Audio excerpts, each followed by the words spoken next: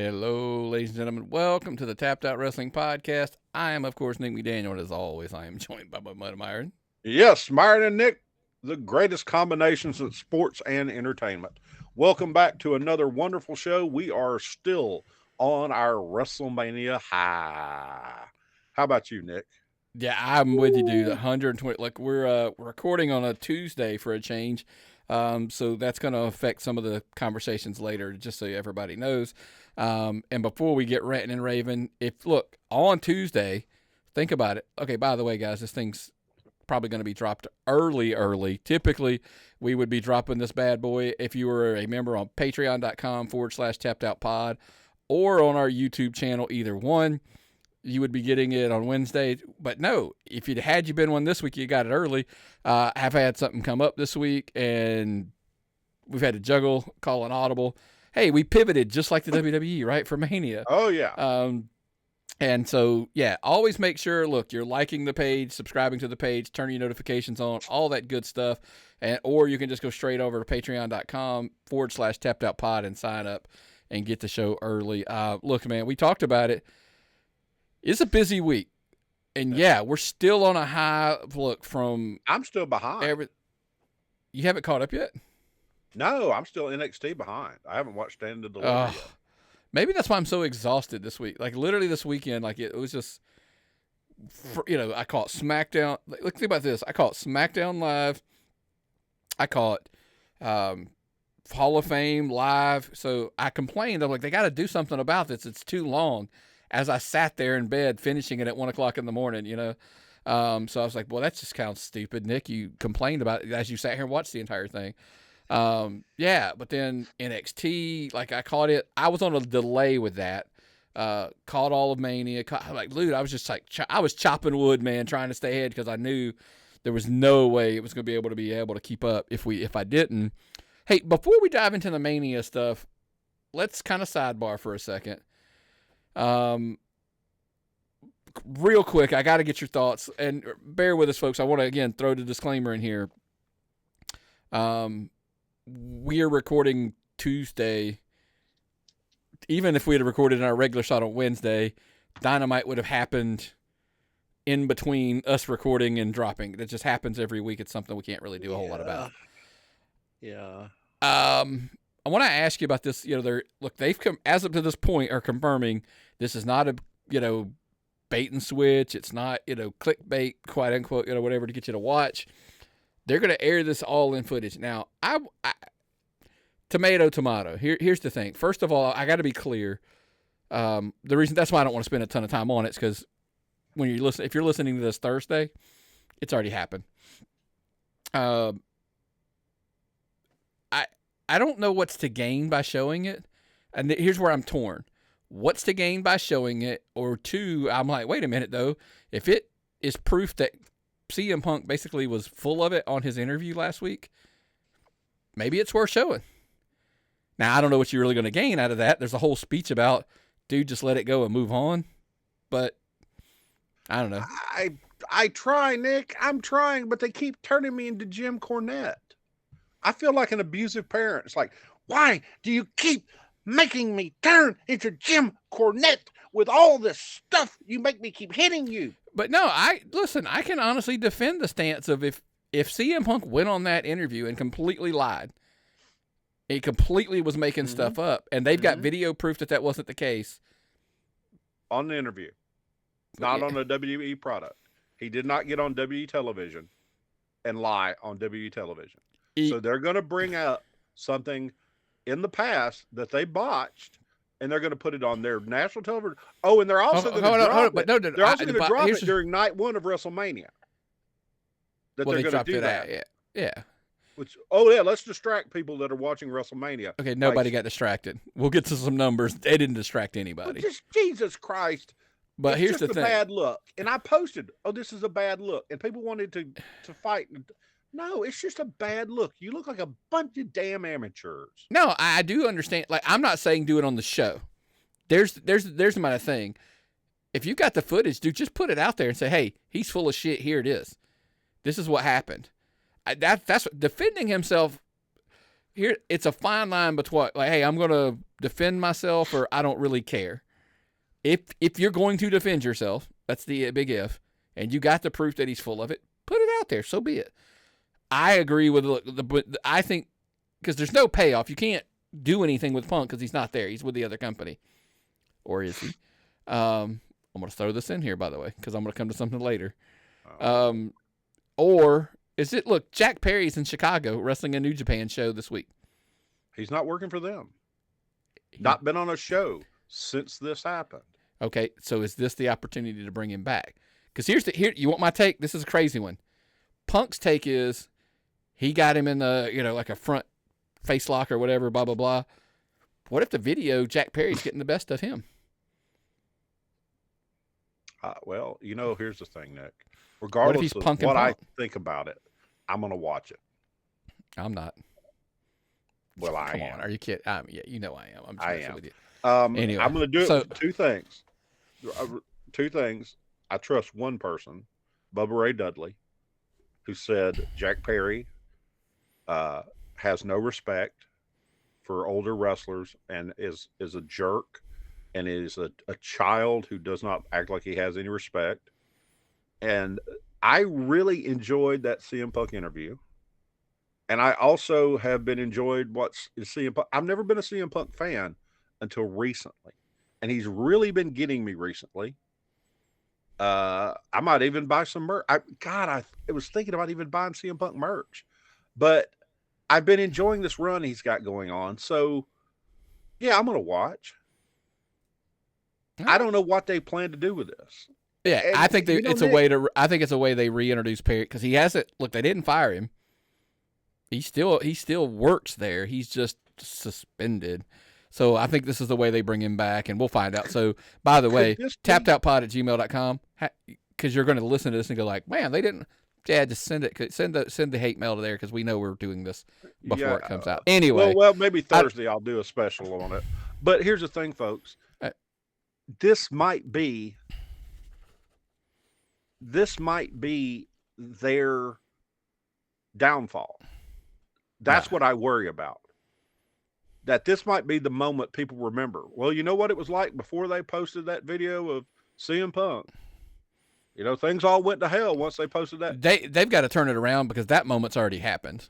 The moment because they let Cody go, they let Cargill and Punk go. I think I think on record I've gone in the past and said I think Cargill leaving was a bigger hit to their image than Cody leaving, and because Cody had the excuse of, hey, I wanted to go do this, so I understood. Anyway, enough about AEW. We're going to come back to some stuff at the end of the show. We're going to talk about some stuff that happened as well this past weekend involving them, but it's Mania time. Let's kind of talk about some of the stuff. Listen, folks, we're not going to go match by match. If that's what you're hoping, it's not going to happen. But we're going to go big picture across the board. Notes that have come in since. I just wanted to rattle these off, Myron. By the way, we're fully aware they got the indie bump on the numbers, I'm sure. So just don't tappedoutpod@gmail.com, send the hate mail. Friday, Saturday, Sunday, Monday, 201,924 tickets sold. In attendance. In attendance. They've had 17 straight sellouts. Not house shows, but TV. WrestleMania 40 broke the previous gate record held by 39 by 78%. Yeah, that's a massive number. That's so 40 broke the record of 39 by 78%. So 39 had the record, and they beat it by 7. Holy shit! Yeah, and that's dollar. That's dollar. Yeah. But the crazy thing, Myron, viewership was up 41% across both nights versus last year. Now here's the crazy thing: it's literally dropped as we were getting ready to record. Peacock, it's come out, has said 1.3 billion minutes. To what, billion? With a B? Billion with a B. Minutes. Billion. Watched over both nights. It's the second highest usage of Peacock since they had that wild card game of the NFL. Think about that. That is wild. 1.3. Now, do you want to know why streaming services are interested? There's your answer. But that's not it. WWE World was the highest grossing and most attended fan event in company history. WrestleMania 40 was the most socially viewed WrestleMania of all time, with over 660 million views consumed over 2 days on social media. Raw, SmackDown, and NXT all broke attendance or gate records for Raw, Smack. Here's the crazy thing is, I thought this was the craziest noted that I had heard going into. Triple H said something on Pat McAfee's show. He was like, the Monday prior was the highest gate of all time for a Raw, but at that point could tell you that record was falling because 7 days later, the one that followed WrestleMania last night, if you're listening, on Tuesday, broke that record. So it was like broke a record. I mean, like this is where they're at right now. They're just dropping records left and right. Business is good. So the Paul Levesque era and the great Vince washing is off to an incredibly good start, is what you're telling me. Oh yeah, I mean, look, money. I mean, there's a whole. All right, we were going to talk about it later. Let's talk about it now, just real quick. I don't want to take a ton of time on this, but it just had to ask. We both messaged each other and we're like, this Prime bottle thing's not a problem.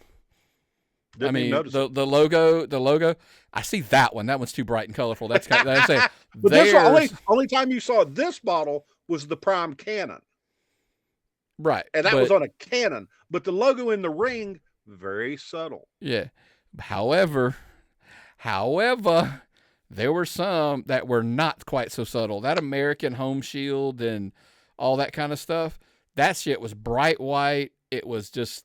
I mean, there were times. I actually have those people. Yeah. Very good. Yeah, but they were. That was the only one. It was everywhere. And let me tell you something. The wall, everything. Yeah. I buy the premium Peacock, and I still saw a shitload of American Home Shield stuff. Yeah. Okay. The ball wipes on the posts. Dude wipes, yeah. Dude wipes. And the Prime on the turnbuckles. Was it too much? No. It didn't distract me. I was watching wrestling. Gin and juice advertised on the thing. Was I thirsty and my balls felt dirty? Yes. I mean, listen, I bluntly will tell you, get used to it. I mean, this is a UFC thing, and if there's money to be, hey, are we shocked now that after watching WrestleMania, I'm not shocked in the least that they broke the, it's the highest sponsorship PLE of all time. Like, no shit. We saw it everywhere. But hydration anyway, station. I love the hydration station. How many people got thrown into the hydration station? Right. How many times did that damn thing get knocked? You want to be that guy's job, right? To pick it up every time. Well, but who had some of that WrestleMania Prime? I love Prime. Logan, I love Prime. I picked you to win. Congratulations. If you've got anybody has any of that WrestleMania Prime, contact me. I'd be interested in finding out what you have.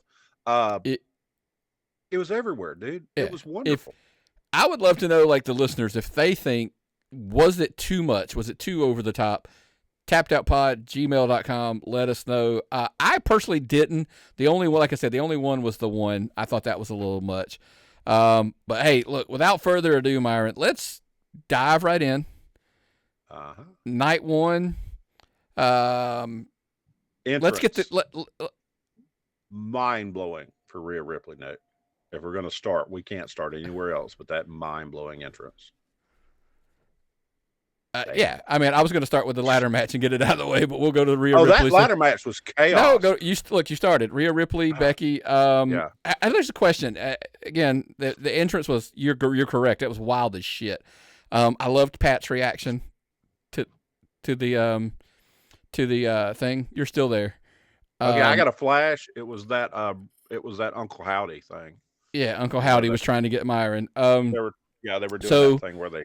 I do want to ask you: were you surprised at all that Becky didn't win? I felt like, I was hugely surprised.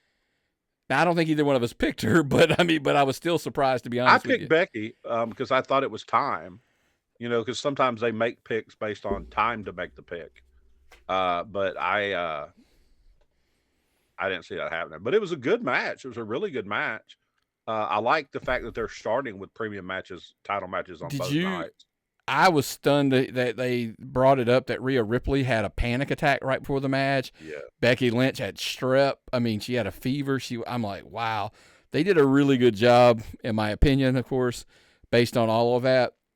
Professional. I'm excited. I'm excited, to be honest with you, to see what happens with Rhea now. Like, where does she go now? And even more so, what about Becky? I mean, look, anyway. So ladder match was total chaos. Let's just keep moving. It was every bit of the car crash we assumed it would be. R-Truth is probably look at the sleeveless muscles here. Look at those guns. But R-Truth has to be one of my all-time favorites. And he got his title, finally got his WrestleMania moment. The rest of the A-Town down, I didn't get that one. I never saw that happening. I never figured that. I thought those were Vince guys, to be honest with you. I could see, I don't know. I could see Triple H being like, in those corners, because Austin Theory looks like a guy that he could be behind. But was it just splitting the belts up? We look, it's the lesser of evil, the lesser of the evils. Let's just take these two. Let's put, and like R-Truth needed his moment. Because let's be honest, I posted on social media and was kind of like, hey, why don't we give some guys some love? Because literally after that match, you would have thought that R-Truth and The Miz won the match, and that was it. Yeah. Yeah. So, but kudos, and I'm glad R-Truth finally had his moment, WrestleMania moment, as everybody's calling. And it would even continue as we got into Raw. We'll discuss that a little bit.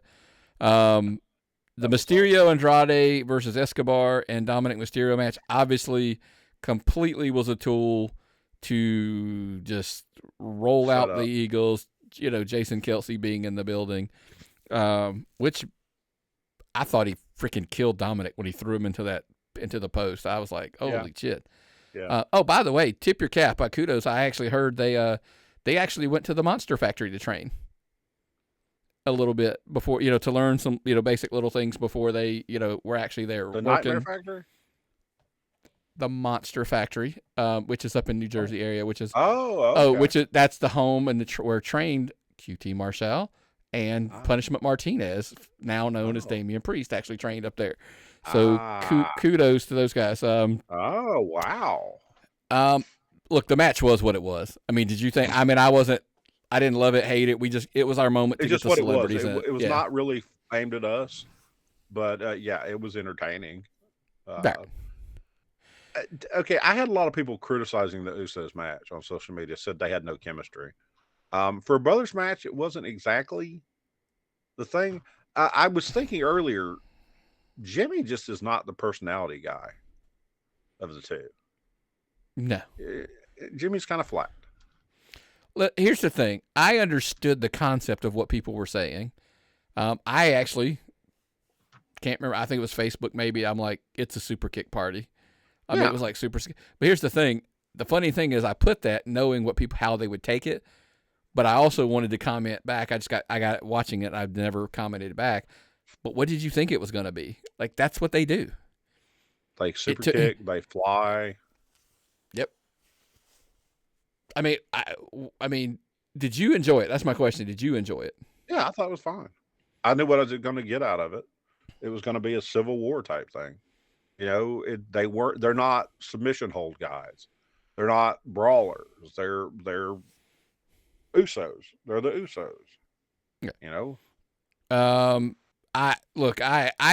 I didn't love it, but I didn't hate it near what most people did. So yeah. But look, I think that everything had pointed to that match had to happen, and I'm hoping at this point, like, we're past that, and it seemed like that based on what happened last night. Bianca Belair, Jade Cargill, Naomi versus Dakota Kai, Asuka, and Kairi Sane. So everything obviously was, we talked about it last weekend. We were pretty much nailed it. It was a showcase for Jade Cargill to look like the star. By the way, they all look like stars. The way that entrance was done. Yeah. But I got to ask you, we're not even going to talk about who wins the loss in this one. I'm going to ask you about the big controversy coming out of it. Mark Henry just ripped her to shreds on the show. And guess what? When it happened, I wondered the same thing. Was Mark wrong? About Kairi Sane? Mm-hmm. I did not quite see it when it happened. The heels came out first. Yeah. They were in the ring. The baby faces came to the ring. She didn't get out of the ring fast enough. Dakota Kai and Asuka, they powdered out like you're supposed to. She's doodling around, and she literally was still walking, getting out of the ring. And Mark Henry was like, if I'm the baby faces and she's still in there, I just take her head off. She didn't powder out. Hey, because you know why? Nobody took her moment when she had her entrance. Yeah. They're doing their entrance, getting in the ring, and there she stands in the ring. That was his stance. I tell people all the time, I'm not a wrestler, so I don't know. But I understand his point.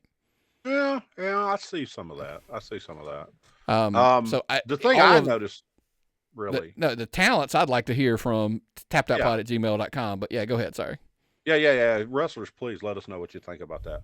The thing I noticed is they did a really good job of protecting Jade. Like, only getting her in here when they really, it was her turn to go in there and do her thing. And when she got in there, she was a lot better than I thought she would be.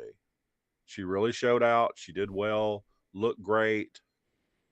I couldn't have been more impressed with her. She keeps impressing. She came out last night and she crushed Chelsea Green. Where they're going to go with this, the whole Storm thing, I don't know what the plan is with her, but she's definitely going to be a big star. And this whole thing was to set her up, and they did a really good job with it. Oh, yeah. A really, really good job with it. So night one, this next one might have been arguably the absolute match of the night. Oh, and the setup for it was just the setup that night for it. Yeah. Was prime. Just the family, prime. It's one of the strengths that we're talking about on this Triple H era, Paulo. I refuse to call it the Renaissance era. That just sounds goofy to me.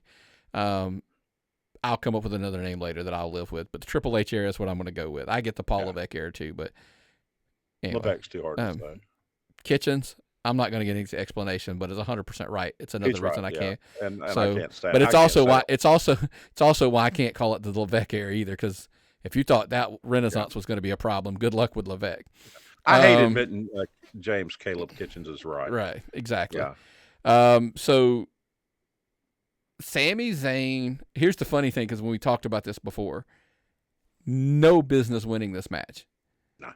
Like, Gunther, it just is everything they say he is. Yes. He's a professional. Don't worry about him. No. Don't worry about him. I think he's going to be fine. When time will tell from the plans, right? But the ultimate underdog, they used the Rocky story, the Chad Gable, the family at ringside, on and on. But like you said, that little bitty and I think it was we were in the group and I messaged and I said the little touch of having Kevin Owens at the thing, because they've kind of been apart. You remember, it was like, oh, how many times? You of all people, it got you. Yeah. And you're like, I'm so sick of Kevin Owens and Sami Zayn running in. But they played that card, I think, in the right place. But this is the thing. Is this where Vince had lost it? Did Vince not have a grip on these kinds of things anymore? Was Vince so out there where he would change things and move things around that these are the subtleties that Triple H sees, being a wrestler's wrestler, being a guy that was out there, being a guy that's tied into what's going on? I mean, he's our age, right? Yeah. Oh yeah. He's right around our age. Yeah. So I mean, he's still cool. He's plugged in. He's wired. He's smart like we are. I think I think his strength is the there's a and look, by the way, it's part of what I told people, like what was so great about the Marvel MCU in the beginning, right? It was the threading the story all the way through, and like, hey, everything matters. Yeah. I always used to knock. I think the one of the biggest knocks I always had with Vince is don't ask us to pretend like something never happened. Like we saw it happen, like it did happen. So that's kind of what I meant by like little things along the way, and like, by the way, we're really going to get into that in the main event. They're acknowledging everything from AEW to Indies to all kind of stuff. Yeah, man. But even details inside of stories that like, yeah, we'll get there. I promise you. There's just a thread that I was like blown away by. So congratulations on Sammy. Kudos to Gunther, by the way. 666 days as champion. For some reason, I'll never forget that. Well, it's a convenient number. Yeah, exactly. It has, some people put significance in that. But all over the like that probably, and I got to double check and look. Yeah, I stand behind it. I think that was probably the best match of night one, and it actually goosebumped me. Yeah. See, the next match. Well, I didn't cry any. I have a lot of sinus congestion, so if I was crying, it was because of all this sinus. I still can't breathe. You hear me sniffing and snorting. Can't breathe. I hate taking decongestants because it messes up my prostate. You know, when you get old, things like that happen. So I'm not taking decongestants. I'm snorting this and that. But I didn't cry. It was just sinus congestion and allergies that sort of made me tear up at times during the show. And it wasn't at all during that match. No tears at all. It wasn't during Paul Heyman's speech. None of that at the Hall of Fame. No, I wasn't bothered by any allergies during the Hall of Fame at all. But man, next match was just, it wasn't supposed to be a great match. You didn't need a great match. You've seen some ass whipping. It was approximately 45 minutes. That shocked me with all parties involved, especially when 3 of the 4 were working the next night. It really stood out and surprised me. Granted, we also had it felt like 20-something minutes of entrances. So, But I never noticed. I did not notice it was 45 minutes. If you'd told me it was 15 minutes, I couldn't have told you the difference. Look, I complimented. I was in it. Yeah, I complimented going into the main. Like, they had paced it extremely well, and it flew by. Now, I didn't realize we were about to get an hour, whatever, of a main event, which I wasn't complaining. 7 matches on the first night, 6 on the second night. The match was built around the fact that it wasn't supposed. And here's the thing: I know a lot of people are like, "Well, I only give it 3 stars," or "I only get," and I'm like, dude, it was all about story. And by the way, I actually said to somebody, it was the means of a way to get to night 2. Like, it was a tool to be used to get to night 2. That's my take. I'm rolling up all your little stars, people. Okay. And I'm going to give it to you. And you can stick it straight up your candy ass. Okay? What was that number again? 200,000 people in attendance.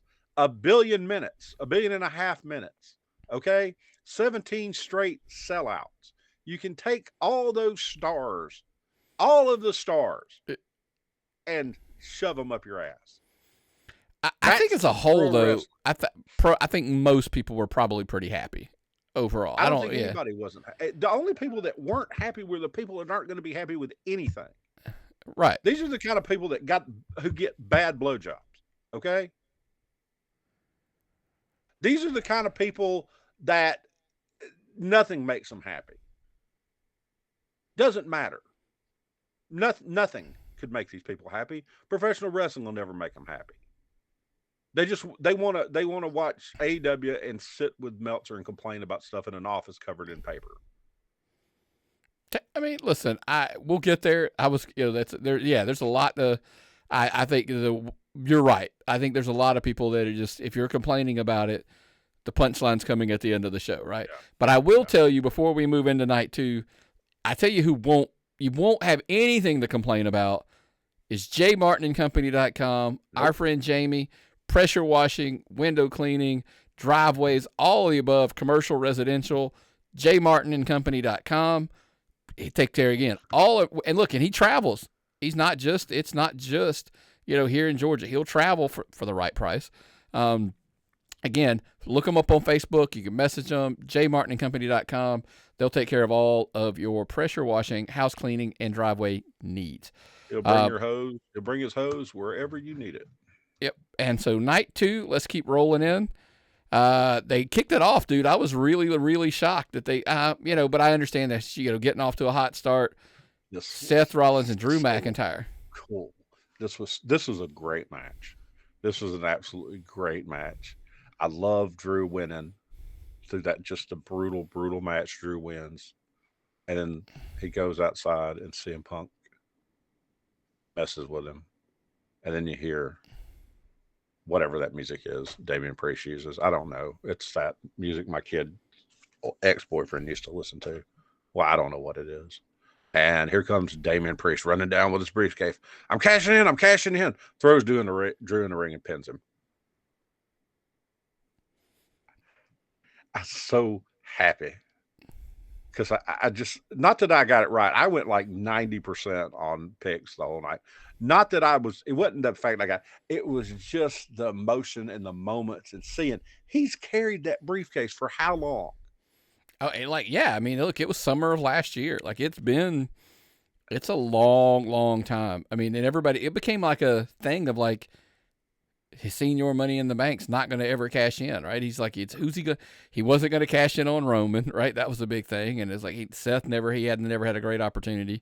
But this match is another one where Seth MVP coming towards the end. By the way, I'm going to have an MVP rant for Seth Rollins, but they got us all. Punk's clearly healing up faster than we thought. So that comes out of nowhere. He doesn't let it go. He cost Drew, super quick. Kudos, by the way, tip your cap to Damian Priest. 10 years ago, dude was homeless. Yeah. Now he's a champion of the biggest wrestling company on the planet. Remember when we were standing next to him at the old One Fall Power Factory? And it's like the dude, there's huge. And then there's Damian Priest. Okay. Yeah. You don't really realize how big he is. It's like, dude is huge. It's scary as shit too. Does he still have them sharp teeth? No. Okay. But he had them sharp teeth at the time. And man, I was so happy just to see, and he's a bad guy, but he's still, he's still so cool. And this was a great thing to happen. It just was great for wrestling. It was, oh God. I mean, the story, it continues because a lot of time, if Drew wins, everybody goes, okay, well then we're going to jump probably straight into Punk challenging or whatever. But no, man, why don't we take a little detour here for a minute? Oh, now you got pissed off, psychotic Drew, angry. Is Drew tappedoutpod@gmail.com? I'm asking you, Myron, and anybody that's listening and watching. Is Drew more dangerous had he cost him and he didn't win at all? Or is it worse because he had it for 5 minutes? It's much worse. Yeah. It's much worse that he had it for 5 minutes and it got taken away. So now he's mad at everybody, especially though CM Punk. And that's going to be the feud of the year once Punk comes back. But I guarantee he's going to attack Punk long before Punk ever gets better. Okay? We'll see. Although I think Clash at the Castle, I don't have the dates in front of me, folks. Sorry, I apologize. That's one that I'd love to see, him. That'll probably be the main. I would think that would probably be you would think so. You would think so. Listen, I'm going to boycott the Pride versus Final Testament. We're skipping. I love Bully. It was awkward. There was a lot of moments that were just not good. It looks like Alex Jones. Did you see somebody posted that meme? No, I was talking about the table falling and all that. I was just like, dude, there was so much about it. Yeah, it's like, why did they put those? I mean, that's another one of those matches. Like, why was that on there? I understand they're trying to do something. That's the only match that I would say, why was that on there? Yeah. There were so many people that didn't get on there on the card, and that was on there. I think they have high hopes for Karrion Kross, Authors of Pain, Street Profits, and Bobby Lashley. It just didn't go the way I think they wanted it to. And Bully in a straight ref shirt, nah. Anyway. LA Knight, AJ Styles. I won't lie. Look, I get it. AJ's Teflon. I think we talked about this a little bit last week. It's not going to hurt him with a loss. LA Knight needed the win more than AJ did. AJ's come out now and they said he's closer to the end of his career than he is the beginning, obviously. He's winding down his career. And look, the Source brothers, as we like to say, have said when he's done, he's done. He's not going to be one of those around for a long time. So, anywho, LA Knight with the win, man. What'd you think? I think the Slim Jim car, the Slim Jim everything, the fancy outfits, the giving the Slim Jim car to somebody up front in the front row, the whole gimmick, I was thinking, is he the next Randy Savage? Because he pulled that shit off beautifully. Because, me, a lot of times it's not the wrestling, it's the gimmicking. The gimmicking gets me. And he gimmicked perfectly. And it's like, man, that worked out great. And I enjoyed that. And he goes out there and they had a hell of a match. I enjoyed the match a lot. I enjoyed that match a lot. I would have liked AJ to win because, AJ's the hometown boy. They threw in Georgia Bulldog, that phrase, as much as possible. And God knows we're both Georgia Bulldogs. And then AJ loses. But I'm really becoming a huge mark for LA Knight. And now these are both NWA guys, both guys that were on Impact. So these guys that came up the hard way, it's good to see.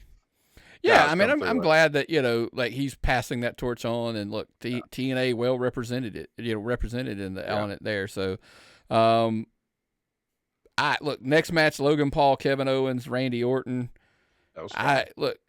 I took exception, and I can't remember, like somebody said, like Kevin Owens, Randy Orton, anybody could have been in there, and it'd have been a good match. And I'm like, I don't know about that. You still got to keep up with them. I mean, Logan Paul looked really good. He powdered when he needed to. He came back and did super shots. They had the guy in the Prime costume. We got to get me a Prime costume, Nick. No. It'll have to be a bigger bottle. Give me a bigger Prime bottle costume. I'll wear it. They don't make gallon bottles. They don't make gallon jugs. Give me a really big Prime bottle costume. Yeah. But no, seriously though, that was a good match. It did exactly what you wanted to. You got one of your biggest advertisers to bring his advertising. You had this giant, what is this? It's called Ice Pop flavor. Delicious. I'm going to need to go out and buy more Prime. I saw ads for it all through WrestleMania. He jumps off, does that. He didn't remember when they used to do frog splashes and their toes, hands touch. He hit it perfectly. Mm-hmm. He looks good doing it. He's an athlete. So, you know why? Why? So it's come out now that Logan likes to train in Orlando at the Performance Center, and he likes to really work out. He's almost Randy Savage-like in the sense of he likes to go through the match from like beginning, like the move after move after move. And I don't know, guess who they've got working with him down there? Who's that? There's this guy who's pretty good at wrestling, and his name is Shawn Michaels. That's working with Logan Paul. Not the same size, too, if I'm not mistaken. Work like down to the pacing, the spots, like the slow down, stop, powder, like all of that kind of stuff. He's working with him. Everybody's trying to bash Logan Paul.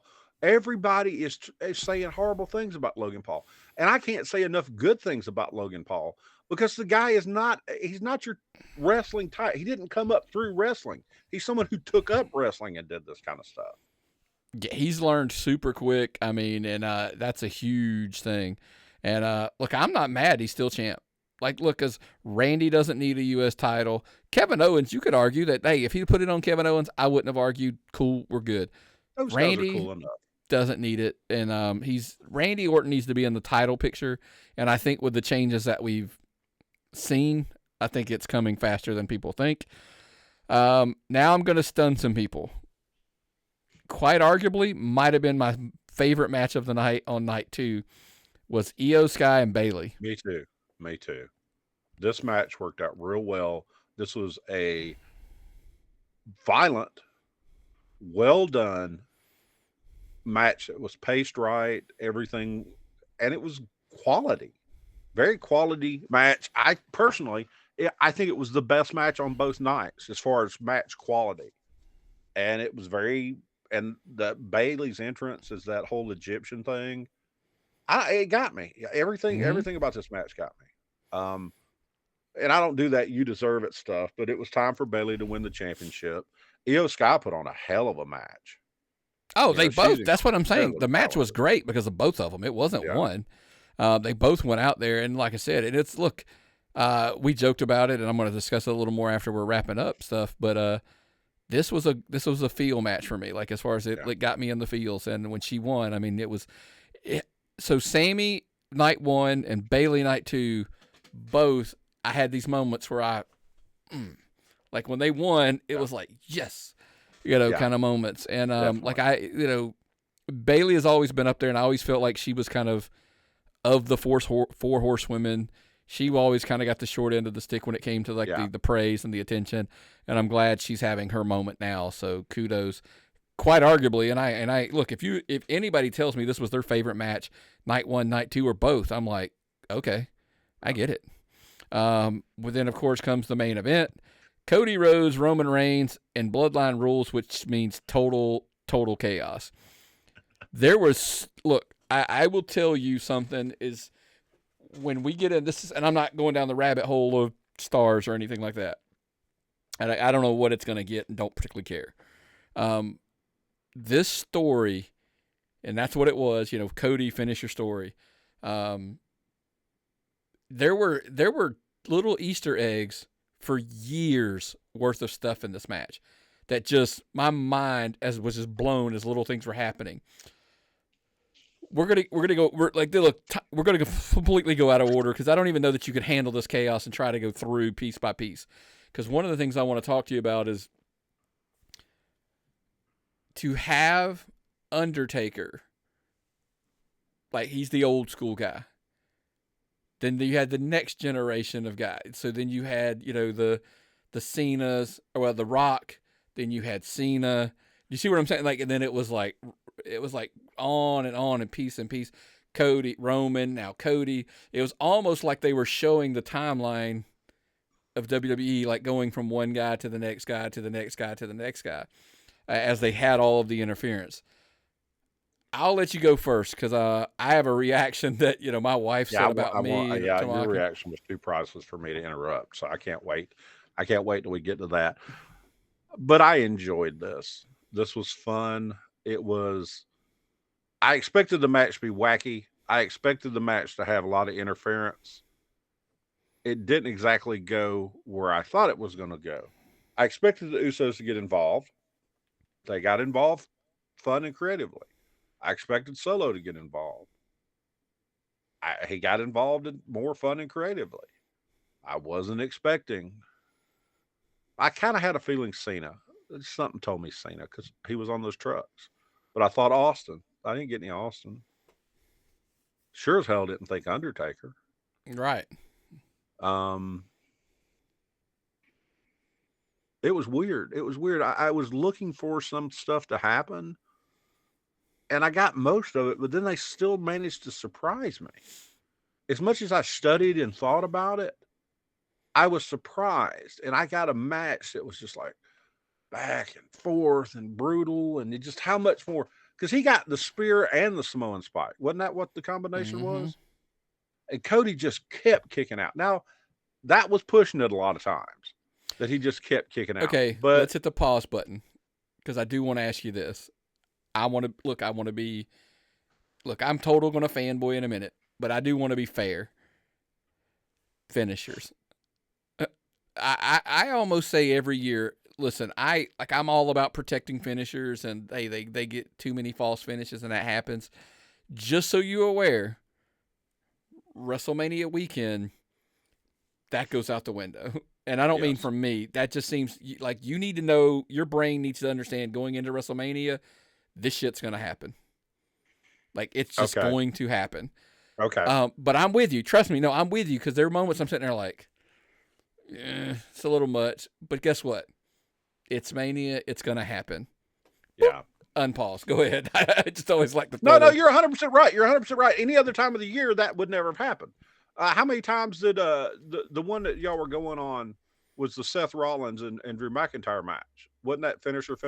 It started out with a Claymore, didn't it? Yeah. The finisher. And I understand protecting finishers. You know, in the video games, I haven't played one recently. You just had to build up so many points before you get hit a finisher.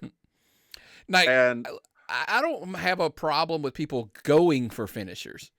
By the way, if you're a wrestler and your move's the figure four, you probably should go for their leg from when the bell goes ding ding.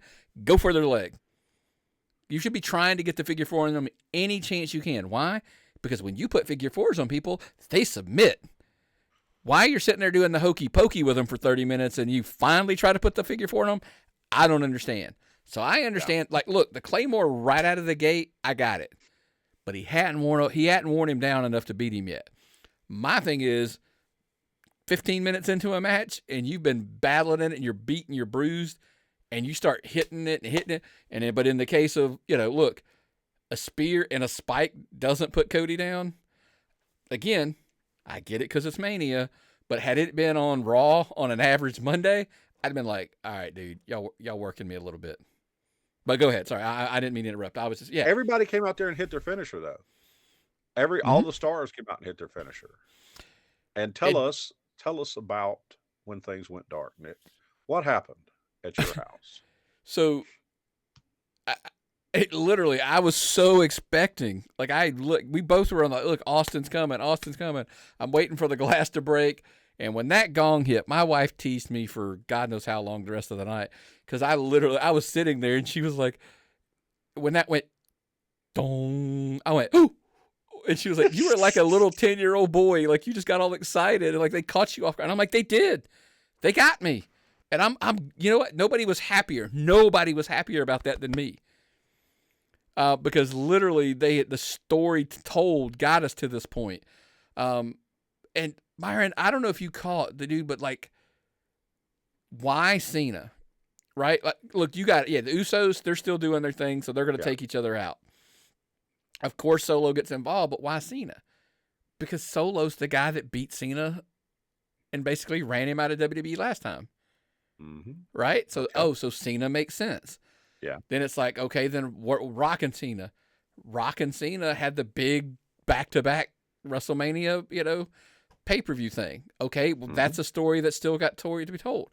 Now, I still argued this. I still think it was supposed to be Austin at some point, and they just couldn't close the deal, and that's why Taker filled that.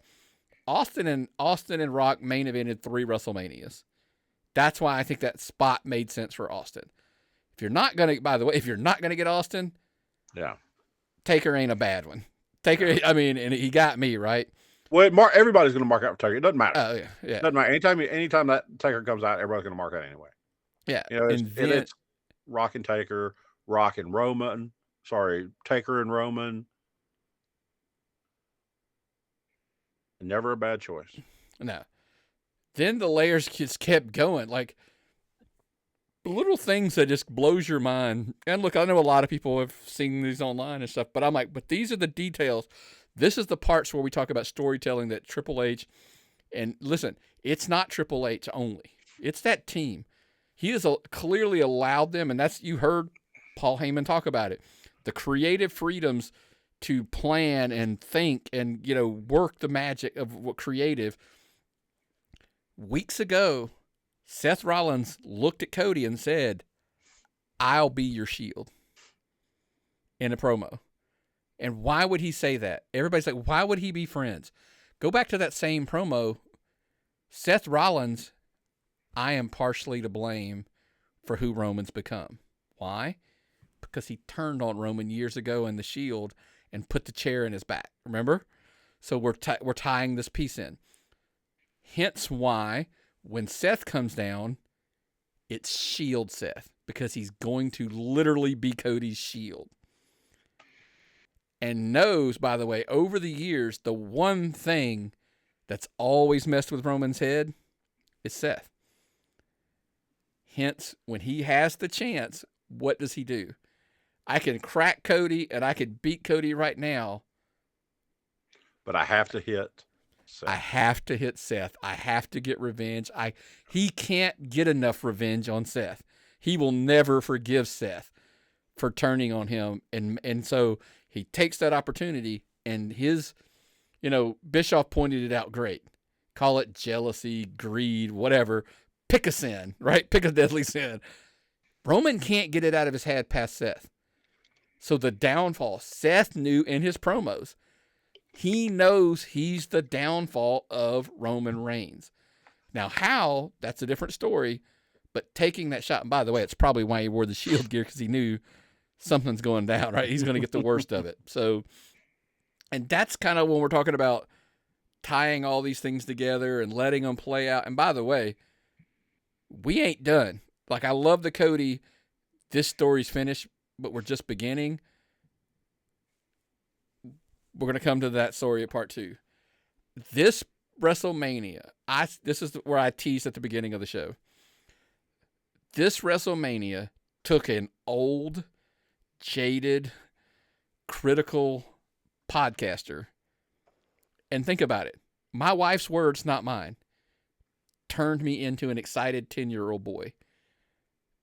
I mean, goosebumps multiple times, literally whelped up a couple times with things happening in matches. And we haven't even talked about the Hall of Fame yet, which we're going to have to zip through it. But we'll get there. I shared something on social media, and I said, sometimes we forget why we love this thing called pro wrestling. It was a teacher showing a class the ending of that match. And I said, if this doesn't remind you, it's probably time to stop and move on. Mm-hmm. Because it's not about what you like, and it's not about it. Watch the excitement in those kids' eyes and try to go inside yourself and find that 10-year-old kid again. That's what Mania did for me this year. Mm-hmm. So you didn't think I was going to go this deep for a WrestleMania, did you? No. It's the thing is, I got back some of the things I lost, some of the critical stuff, some of the stuff that the criticism has knocked out of me. Some of the stuff that having to every week. Now, this has been wearing off, but a lot of every week I got to watch how many wrestling shows? Yeah. How many wrestling shows I got to watch this week to kick up? And then if I don't watch enough AEW, it's like, oh man, you got to watch more AEW because you don't know what exactly. Oh shit. Okay, so I got to watch this and this, and then I get tired of it, and I'm like, no more damn wrestling. But then again, it started to pick up lately. So I'm like, oh man, I'm looking forward to seeing Raw. And then, oh yeah, WrestleMania is coming. Oh yeah, the WrestleMania hits. And I'm super excited about professional wrestling. And like The Rock said, professional wrestling is cool again. And I enjoyed this one the same way I did when I was a kid. And I'd have to go and rent the VHS tapes for a WrestleMania. Mm-hmm. I just had so damn much fun, I do. I'm right there with you. That's what I'm saying. It's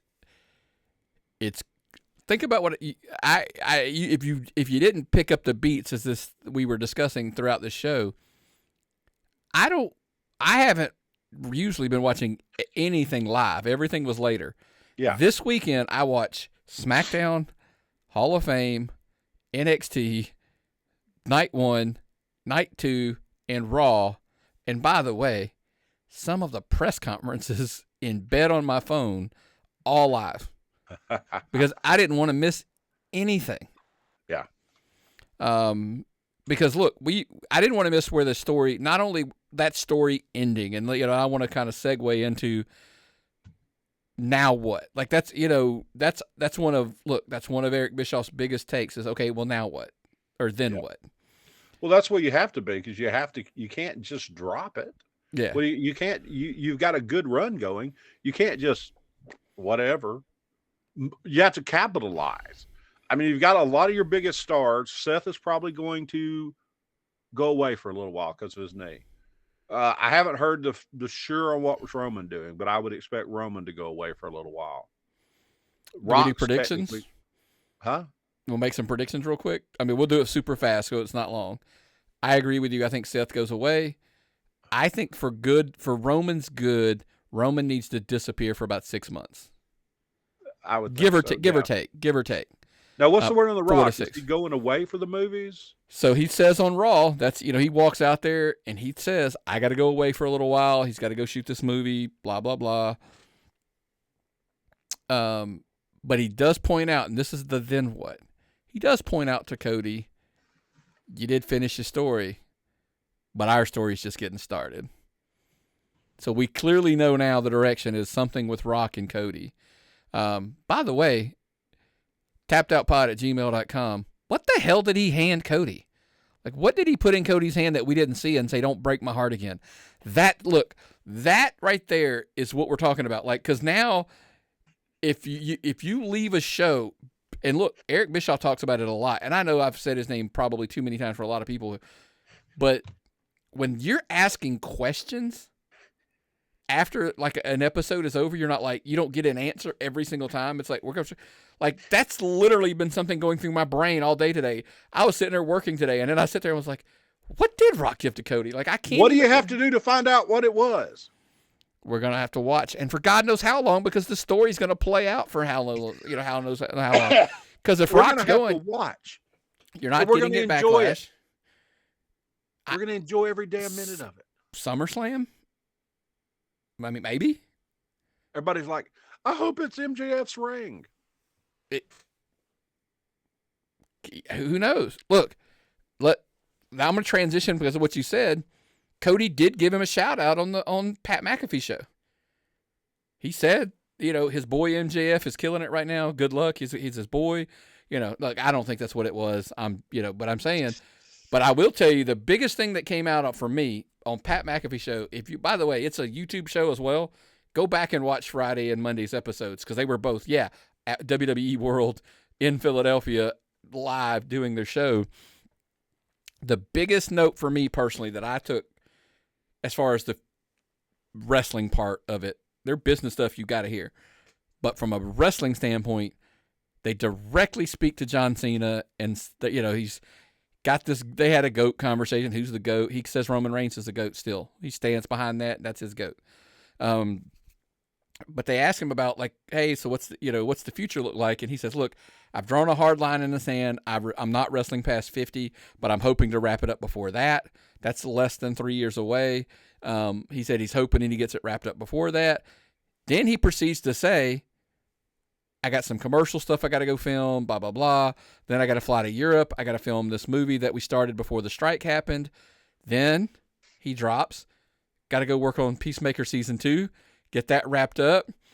Hopefully that's going to be wrapped up right before Christmas time. And then he's hoping Hollywood give him a break so he can come back for one last run in WWE. Yes. So wait, John Cena might be back for next year's Mania. Yeah. Yes, he might. Let me ask you a question. Let me ask you a crazy question. When you're calculating GOATs as wrestlers, do you calculate in merch sales?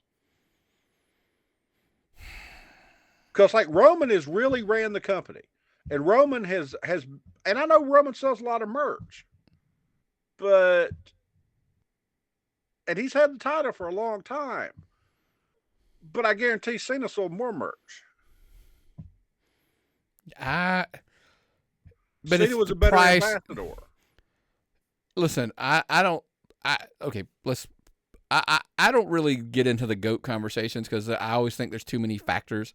Because, by the way, wrestling is completely creatively subjective. So it's really hard you can't, like, if you had a race and people have like and they run and they're timed and there's a line. They break the little ribbon and stuff. That guy's the fastest. I can say that because he literally just outran everybody else. It's the same conversation when it comes to sports. Like, oh, this quarterback's the greatest of all time. Why? Like, oh, well, he's, because then it's like, oh, well, he's got more championships. All right, well, Robert Horry has all these championships in basketball, and like he ain't better than Jordan. You know what I mean? It's like it gets super convoluted and subjective. So I struggle with the Rushmore, and that's 4. The GOAT thing, I'm like Rushmore. Like the GOAT thing, I'm just kind of like, you could tell me who your favorite is. That's your GOAT. But you can't tell me who's the GOAT. Like I always tell people that. Like that's your GOAT, not necessarily mine. Anyway, but that's wrestling being subjective. I just am like, look, we're gonna get another Cena run. I mean, look, here's, you want to know take? This is how I've got one other note I want to talk about. But before we do that, I want to give you do you know how every year at the end of like college football, in like the next week, they release out like the way too soon, like rankings for next year? Next year's WrestleMania. Cody Rhodes wrestles John Cena for the championship. Cody has to, think about this. John Cena's chasing 17. And he's got to wrestle Cody Rhodes to get there. So people are going to be so conflicted about who they want to win, because do you want Cena to come in and get he'll have more championships than anybody? Or do you want Cody Rhodes to retain if he's held that belt for a year? There's number one. That's not even cool, Dick. Number 2, Rock Roman happens next year at WrestleMania. Because I think we're gonna get Cody Rock at SummerSlam, and I think it circles around to where we get Rock Roman next year, and that's why earlier when I made the comment, I think Roman does need to go away for a while. Yeah, that's why. If you think about it, they said that this year's WrestleMania was almost all booked by October. Yep. So if he goes away for 6 months, that'll put him at October coming back. Yep. Okay. Oh, here's a good one. Here's a question. What do you think about the NXT champions coming back up to Raw last night, or coming up to Raw last night and winning both their matches? It's a great way to go, hey, if you're not watching our Tuesday show, this is what you should be checking out. Yeah. Literally, I made the, by the way, pause again. I want to ask you this, because I saw the social media. Yeah, unfortunately I did. Not Twitter. I don't do Twitter a whole lot. It's got nudity on it. I don't ever look at it. I don't like Twitter. It's just, anyway, it's a cesspool most of the time. My question is, when people complaining about, I was so disappointed in the Raw after Mania, do we sometimes set expectations too high on for just anything? I'm not even asking about Raw. We do it with movies. We're like, well, it wasn't as good as I thought it was. I always feel like one of two things happens. Have you ever walked out of a movie theater and goes, man, that was exactly as good as I thought it was going to be? We either walk out as a society, not we as a society, we walk out and it was either, that was the greatest movie of all times. What that movie, it sucked. You have a list to say about me. You always talk in hyperbole. You always exaggerate everything you say. Right. Well, yeah. Yeah. But if everything's the greatest, nothing's the greatest. It's at least I acknowledge the fact I do. Everybody else in the world does it, but they act like they're just being serious about things. Yeah. I'm just being a goof. I can be a goof in talking hyperbole. Everybody else is like, this is what I talk about this is how everything is. Really, everything should be this way. And that's the problem with everybody. Everybody's like, oh, everything I say is the real truth. But people can't. That's why we wound up with this. It's the R-truth. Yeah, the R-truth. Yeah. That's how we wonder. This is exactly how we wound up in politics these days. It can't be somewhere in the middle. Oh, well, let's quote Thunderbolt Patterson. But you can't. Hold on. Yeah. So let's dodge the political bullet here, and let's go, because you brought up the Hall of Fame really quick. 2 more things. I said I had one thing. I actually had 2 because you brought up the Hall of Fame. That's how you know somebody different's in charge. Paul Heyman speech. Again, you want to talk about hyperbole. It's the greatest speech of all time. Listen, I didn't say I didn't love it. I didn't say it wasn't great. I was just kind of like, can I pump the brakes a little bit and think about this for a minute about all the speeches I've heard in my lifetime? Now, yeah, I mean, we've had some doozies. We've had some bad ones, Mr. T. But I'm just saying, again, the hyperbole. It was great, by the way. It was a great speech. And Thunderbolt, by the way, I'm not saying I didn't enjoy it, by the way. That's the messed up part. I was like, there's a part of me that was like, because listen, you know me, and I'm like, look, whether you agree or not, I'm all about like, hey, give him his time, dude. If he's earned his time, let him get up there and do what the hell he's going to do. And he did. But nobody, you know what I appreciated? Nobody cut old man off.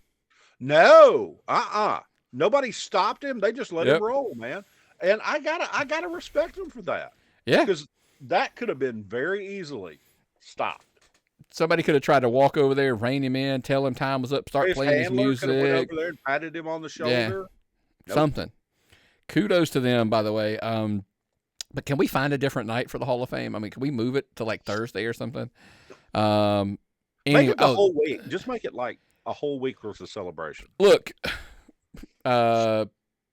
Tuesday, Stand and Deliver instead of NXT, or how pissed off would they be if they did NXT Stand and Deliver on Wednesday night? Like there was like a pre-show on NXT. And then Thursday night they do the Hall of Fame, and then Friday you got just literally from Monday to Monday you run the whole damn week. But anyway, the scheduling thing, yeah, just like spread that stuff out. Because you could do the Hall of Fame and the Slammies, like, because they did the Slammies again. I was like, oh, geez. And then that was funny. Did you watch that? Yes, I did. Yes, unfortunately, I did. But it was pretty entertaining. Exactly, dude. I shut down for the weekend. Was saturated with wrestling. I didn't even watch all that you watched. It was a long, long, long weekend, to say the least. But the other thing I wanted to bring up, any other thoughts on WrestleMania before we move on to the last thing? I loved every minute of it. I loved every minute of it. Let us know, tappedoutpod@gmail.com, what your thoughts were.